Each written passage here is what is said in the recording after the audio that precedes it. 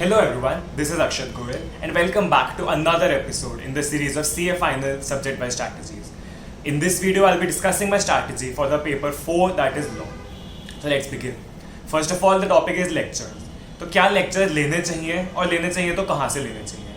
So for the first question I would say CA Final में lectures law के लिए उतने important नहीं होते. लेक्चर्स अगर आप नहीं भी लेते हैं और कहते हैं डायरेक्टली सेल्फ स्टडी करूँगा लॉ की तो it's very much possible I would recommend that. So इसका रीज़न क्या है क्योंकि जब फाउंडेशन है सीपीटी में पहली बार लॉ पढ़ते हैं कॉन्ट्रैक्ट एक्ट वगैरह सो उस टाइम पे हमें एक डिस्कम्फर्ट होता है लॉ से कि भाई लॉ की लैंग्वेज अजीब सी है, इसको कैसे पढ़ें, कैसे समझें, कैसे प्रेजेंट करें पेपर में. वो कहीं ना कहीं हमको डिस्कम्फर्ट होता है फाउंडेशन लेवल पे और मे बी थोड़ा इंटर लेवल पे. But as you move on to final उस टाइम तक हम इतना लॉ पढ़ चुके होते हैं फाउंडेशन इंटर में कि हमें उस पॉइंट पे थोड़ा कॉन्फिडेंस होता है, कंफर्ट होता है कि हाँ कुछ भी जो भी लैंग्वेज है लॉ की उसको मैं 2 बार पढ़ूंगा तो मुझे समझ आ जाएगी सिंपल टर्म्स में कि वो क्या कहना चाहता है, उसे मैं याद कर सकता हूँ और मैं प्रेजेंट कर पाऊंगा पेपर में. वो कहीं ना कहीं थोड़ा कंफर्ट हमको आ जाता है. सो इस कंफर्ट की वजह से मैं आई से कि आप क्लासेस अगर नहीं भी लेते हैं सीए फाइनल की लॉ की एंड यू से कि मैं डायरेक्टली बुक से पढ़ूंगा और खुद समझ लूंगा सो डेफिनेटली वो पॉसिबल है एंड आई वुड रिकमेंड कि आप ऐसा कर सकते हैं. बट यू फील कि मुझे उतना कंफर्ट नहीं है, मैं चाहता हूँ कि मुझे कोई एक बार समझा दे उसके बाद मैं खुद कर लूँगा. In that case go for lectures but do ensure के लेक्चर्स बहुत ज़्यादा लंबे ना हो, वो सफ़ी मतलब एक रीजनेबल लेंथ के हों, इसमें आपके एक बार पूरे सारे कंसेप्ट क्लियर हो जाएं, एक बार समझ आ जाए कि हाँ भाई कहाँ पे क्या है, इसका हर सेक्शन का क्या मतलब है, किस कॉन्टेक्स्ट में सब सेक्शंस हैं, ताकि अगली बार आप पढ़ो तो आपको इतना एक कंफर्टेबल हो कि हाँ भाई सब मेरा एक बार देखा हुआ है, उतना सब इंश्योर कर सकते हैं. So the next topic is कौन से मटेरियल से पढ़ना है, कौन सी बुक से पढ़ना है. सो मैंने क्या किया था, मैंने डायरेक्टली इंस्टीट्यूट के स्टडी मैथ से ही पढ़ा था फर्स्ट टाइम भी और इन दी एंड तक स्टडी मैथ से ही पढ़ा था. सो इसमें मैं क्या रिकमेंड करूँगा, या तो आप स्टडी मैथ से पढ़, अगर आपको कॉन्फिडेंस है कि स्टडी मैथ की लेंथ से आप कंफर्टेबल है, जितनी लंबी वो है, आपको लगता है आप वो कर सकते हैं 1.5 दिन में, तो डेफिनेटली गो फॉर एसएम. कोई भी हार्म नहीं है, एसएम तो is the best source for law क्योंकि उसमें as it is bare act है, बिना कोई लैंग्वेज चेंज करे इन द प्योरेस्ट लैंग्वेज जो लॉ की है. तो that is the best source अगर आप उसकी लेंथ से कंफर्टेबल है. But if you do feel कि भाई लेंथ एसएम की थोड़ी ज़्यादा है, मुझे थोड़ा ब्रीफ में चाहिए, then maybe you can go for some authors book. But उसमें 2 चीज़ें इंश्योर करनी है. फर्स्ट ऑफ ऑल एक तो वो book should be exhaustive, as उसमें सब कुछ कवर होना चाहिए, जो भी एसएम में कवर्ड है कुछ भी मिस नहीं होना चाहिए, क्योंकि आजकल इंस्टीट्यूट काफ़ी माइन्यूट पॉइंट्स में जाकर क्वेश्चन बनाता है. जैसे फॉर एग्जाम्पल हमारे पेपर के अंदर निधि कंपनी के अंदर जो रूल्स होते हैं उसमें डेफिनेशंस में से क्वेश्चन आया था 4 मार्क का प्रैक्टिकल क्वेश्चन डेफिनेशन के बेस पर.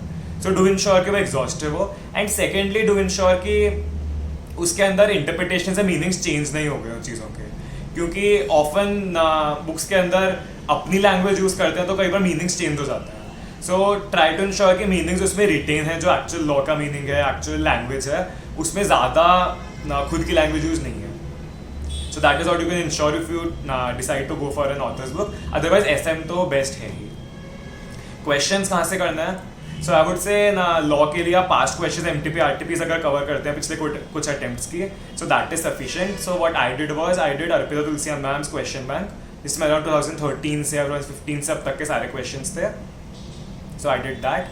सो आप कोई सा भी क्वेश्चन बैंक रेफर कर सकते हैं, बट डू इंश्योर कि उसके अंदर आंसर्स इंस्टीट्यूट के as it is no suggested में से लिए हुए, खुद के आंसर्स है मॉडिफाइड आंसर्स ना हो, because in the and institute के आंसर्स ही ज़्यादा रेलिवेंट लगते हैं एज कम्पेयर टू किसी के खुद की लैंग्वेज बनाए हुए answers. So do ensure that past के ऐसे कुछ सालों के क्वेश्चंस अगर कवर हो जाते हैं आपके पास्ट पेपर्स के एमटीपीस के आरटीपीस के, सो that is sufficient. So now the next issue is कि हमारी फर्स्ट रीडिंग में क्या अप्रोच होनी चाहिए. सो चाहे आपने क्लासेस पहले ली हो या फिर नहीं भी ली हो, आई वुड रिकमेंड कि मॉड्यूल 2 जो है हमारे जो छोटे छोटे चैप्टर्स हैं, foreign company, miscellaneous and tribunal, special courts, उन चैप्टर्स से स्टार्ट करें, क्योंकि वो छोटे छोटे ईजी चैप्टर्स हैं और एक बार आपको वो हो जाएंगे तो कॉन्फिडेंस बिल्ड होता है. इंस्टेड ऑफ स्टार्टिंग फ्रॉम मुश्किल chapters like directors of famous, start with these easy ones and once you done with these easy ones module 2 वाले chapters, then you can move on to module 1 and 3 and SEBI other chapters.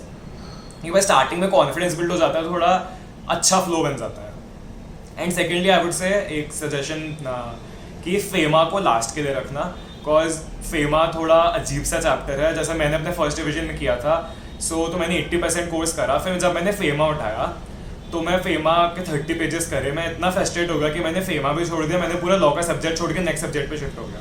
So FEMA is a bit frustrating, so try उसको last में रखना, वरना फिर अगर FEMA के बाद वाले चैप्टर सफ़र करेंगे अगर फेमा को ना पहले रखा तो. और फर्स्ट रिविजन में और क्या करना है. सो फर्स्ट रिविजन के अंदर it's less of a revision, more of a reading. So first revision आपको सारे सेक्शन वाले चैप्टर्स को रीड करना है, समझना है, अंडरलाइनिंग मार्किंग जो भी करनी है वो करें. क्वेश्चन बैंक जो आप कर रहे हैं उसको वहाँ पे सॉल्व करें, और उसके अंदर के ना क्वेश्चन बैंक में क्या करना है, जो भी इजी क्वेश्चंस उनको क्रॉस आउट कर दो, जो रिपीट क्वेश्चंस है क्रॉस आउट कर दो, या कोई क्वेश्चन है जो डायरेक्टली ना आपको कंटेंट से अपने बुक से कवर हो रहे हैं उन क्वेश्चन को क्रॉस कर दो. कुछ भी अगर नया पॉइंट क्वेश्चंस में मिलता है तो मे बी उस नए पॉइंट को आपकी बुक में, जो आपकी मेन बुक है उसी के अंदर साइड में कहीं लिख लें, टॉपिक के साइड में, और वहाँ से क्वेश्चंस क्रॉस कर दें. मतलब मेरा कहने का मेन मीनिंग ये है कि क्वेश्चंस कम से कम रखें अगले रिविजन के लिए. एक बार में आप जितने करके उनको क्रॉस कर सके दैट इज द बेस्ट, क्योंकि लास्ट में इतने ज़्यादा क्वेश्चंस करने का टाइम नहीं मिलेगा. सो ट्राई कि कम एकदम मिनिमम नंबर ऑफ क्वेश्चंस आप रिटेन करें लास्ट के लिए. So that would be first revision की approach. Now moving on to second and third revision. So उसमें मैं क्या सजेस्ट करूंगा, उसमें मॉड्यूल 2 से स्टार्ट नहीं करना, क्योंकि उसमें उसके बाद मतलब फर्स्ट डिविजन के बाद मॉड्यूल 2 के चैप्टर्स इतने इजी एंड वो छोटे लगते हैं कि वो फिलर चैप्टर्स हो जाते हैं, कि कभी भी 2 चैप्टर के बीच में आप बोर हो गए या फिर आधे घंटा बच रहा है, सो उस टाइम पे उन चैप्टर्स को कर लिया, क्योंकि वो काफ़ी छोटे छोटे चैप्टर्स हैं. सो इंस्टेड उनकी जगह स्टार्ट विद द मॉड्यूल 1 के जो डायरेक्टर्स के बाद के चैप्टर्स हैं, क्योंकि कई बार वो चैप्टर्स इंपॉर्टेंट हैं पर कई बार हम उन्हें उतना वेटेज देते नहीं, हम डायरेक्टर्स में या फिर इस चैप्टर्स में ज़्यादा लग जाते हैं, तो ये चैप्टर्स का कहीं ना कहीं हम फोकस कम कर देते हैं. तो स्टार्ट विद दीज चैप्टर्स, जो inspection, amalgamation, compromise and winding up and operation mismanagement. Start with these chapters, then move on to the other chapters, directors और आपके अदर लॉज, और वो मॉड्यूल 2 के चैप्टर्स तो बीच बीच में जब भी टाइम मिले तब हो जाएंगे. क्वेश्चंस अगेन जो आपने क्वेश्चंस पिछली बार रिटेन रखे होंगे सिर्फ वही क्वेश्चंस करना है वापस, और उसमें से और क्रॉसिंग आप हर रिविजन में करते रहें, ताकि लास्ट में काफ़ी कम क्वेश्चंस ही बच जाएं जो आपको एकदम लास्ट में रेफर करने के हो. तो वो किस टाइप के क्वेश्चंस होंगे, जो एकदम जिनमें आपको लग रहा है प्रेजेंटेशन बहुत डिफरेंट है वो देखने की है, या फिर कोई कंसेप्ट ही डिफरेंट है जो कि एसएम में कवर्ड ही नहीं है. इस टाइप के क्वेश्चंस ही होने चाहिए जो लास्ट में आपकी रिटेन रहे. कुछ भी रिपीटेशन नहीं होना चाहिए, कंसेप्ट में पढ़ा फिर वापस क्वेश्चन में वही चीज़ वापस पढ़ रहे हैं, that is a wastage of time. उस टाइप के क्वेश्चन रिटेन नहीं रखने. So lastly coming on to MCQs. So MCQs का क्या करना है?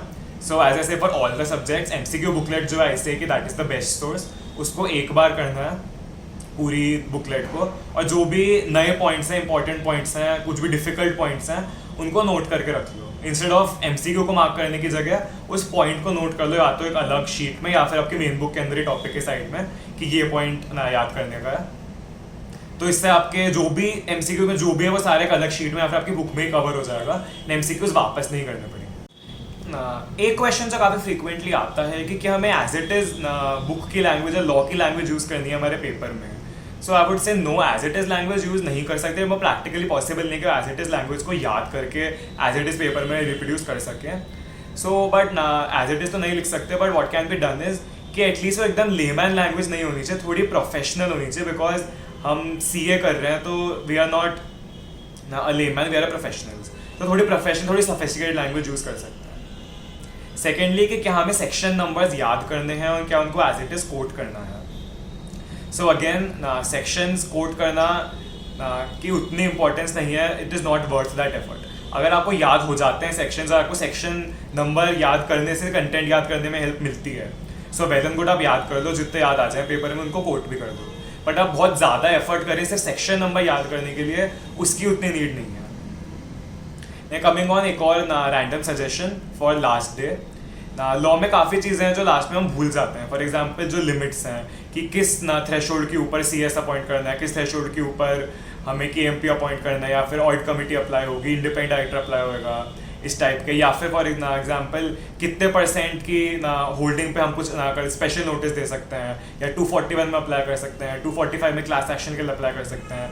ये सब लिमिट्स होती है जो हम लिमिट्स काफ़ी बार मिक्सअप हो जाती हैं लास्ट में और याद नहीं रहती. सो इनकी एक समरी बना के रख सकते हैं ना, मतलब बहुत ज़्यादा नहीं है, मैंने बनाई थी समरी, ये काफ़ी कम है. इनकी एक समरी बना के रख सकते हैं अपनी कॉपी में कि ये लिमिट्स की, क्वांटिटी लिमिट्स की, परसेंटेज लिमिट्स की, कि कितना कितनी होनी चाहिए. और लास्ट डे आप सुबह सुबह इनको रिवाइज करके जा सकते हैं कि पेपर में आए तो आपको मिक्सअप ना हो जाए, इमीडिएटली क्लिक हो जाए.